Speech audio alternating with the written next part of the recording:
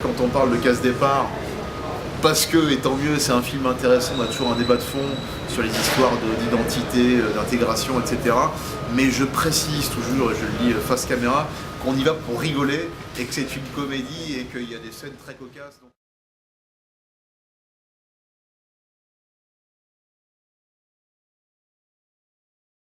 On s'attendait à rien du tout. Depuis la première ligne du scénario jusqu'à la dernière minute de promo que je continue encore aujourd'hui, on s'attendait à rien du tout. Et je crois que bizarrement, ça peut sembler paradoxal, c'est ce qui a fait le succès de ce film.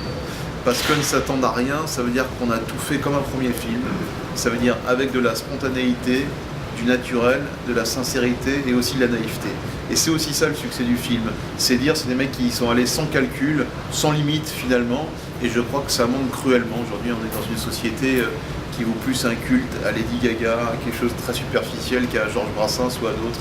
Et donc finalement, y aller avec ce qu'on a dans les tripes, sans chercher à, je dirais, gérer, comme on l'a dit, c'est un film qui parle de sujets difficiles parfois, mais sans chercher à gérer une image, à gérer une communication, je crois que ça paye. Les gens ont senti la sincérité.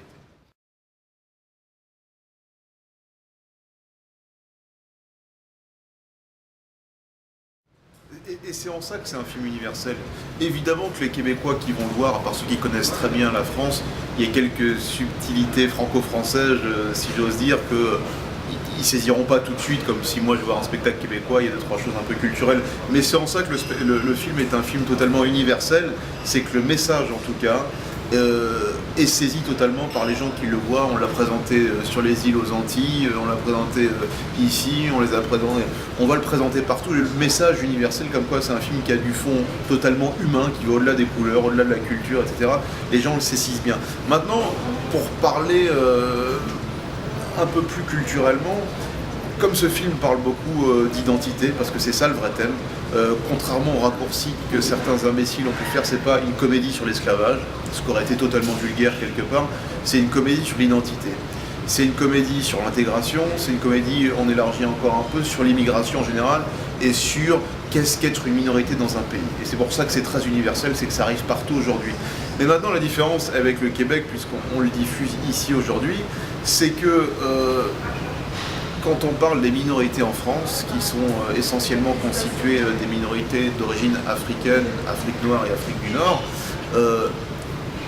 il y a encore beaucoup de contentieux en France, de par l'histoire française. La colonisation, ça s'est arrêté il y a 50 ans, ça a continué avec ce qu'on appelle la France-Afrique. Il y a un contentieux en permanence. Nous, enfants d'immigrés, ce contentieux, on l'a senti, on l'a vécu dans notre éducation. Parce que nos parents, pour la plupart, ont beaucoup mis d'espoir en la France quand la fin de la colonisation est arrivée, sont allés en France, etc.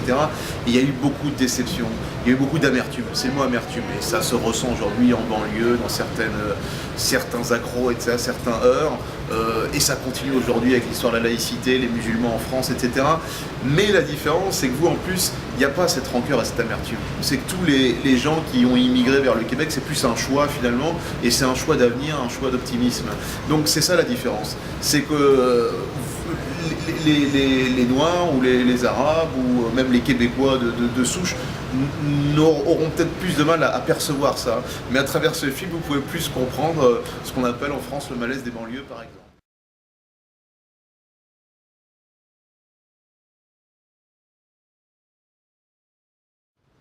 Un très bel entraînement pour nous justement, d'apprendre le récit, même si c'était sur du 26 minutes, c'était plus court. Ça nous a appris aussi certains automatismes avec Thomas, prendre le goût de travailler ensemble aussi, de parfaitement se connaître. On se connaît depuis un certain temps aussi, on a plein de choses en commun, nos origines camerounaises, on a grandi dans le même département, la même banlieue, donc on a un goût commun pour certaines musiques, donc on a une vraie complicité. C'est aussi pour ça que le film marche et est très drôle, c'est qu'un film de duo, ça repose sur la complicité. En France, il y a une grande tradition des Bourvil, Louis de Funès, Depardieu, Pierre Richard. Et à notre niveau, on a essayé en tout cas de reproduire.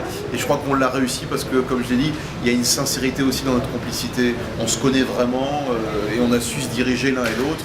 Et je tenais malgré tout à rendre hommage au troisième réalisateur, parce que c'est aussi la spécificité de ce film, c'est que ça a été réalisé à trois. Il nous tenait tellement à cœur ce film. de par le propos, parce que quelque part on racontait, comme on l'a dit, nos familles, des amis, nous-mêmes parfois.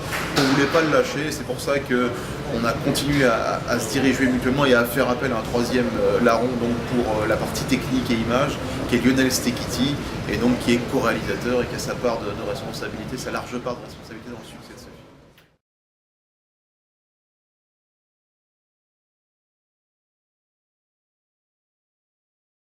Mon DVD, donc faites entrer Fabrice Eboué, qui sort dans tous les bons distributeurs français aujourd'hui, 21 septembre 2011.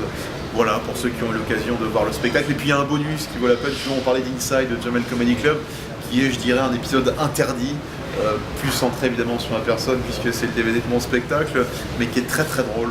Donc voilà, et puis c'est accompagné de la dernière tournée qui va durer 2 mois à partir de mars. Prochaine étape, je crois que les choses se font un peu au gré des envies et c'est évidemment un vrai luxe pour moi aujourd'hui de pouvoir allier one man, ciné, série, et il manque une corde à mon arc. Je suis en train d'y travailler, je suis en train d'écrire, de finir une pièce de théâtre tout simplement. Parce que voilà, j'ai envie de jouer sur scène, mais aussi à plusieurs. Et j'ai écrit un truc sur la religion. Encore des thèmes qui risquent de valoir certains sifflets, mais bon, j'aime bien aller vers des choses voilà, intéressantes à débattre. J'ai écrit et mis en scène une jeune fille que vous avez vue cet été qui s'appelle Claudia Tagbo, qui a fait un large carton donc, aux divers galas qu'elle a pu faire. Et j'ai un premier objectif, parce que vous savez que mes spectacles sont assez politiques, sociétaux, donc du coup assez franco-français malgré tout. Donc ça demande soit une adaptation, soit venir écrire un spectacle pour ici, ce que j'adorerais faire, mais il faut en trouver le temps.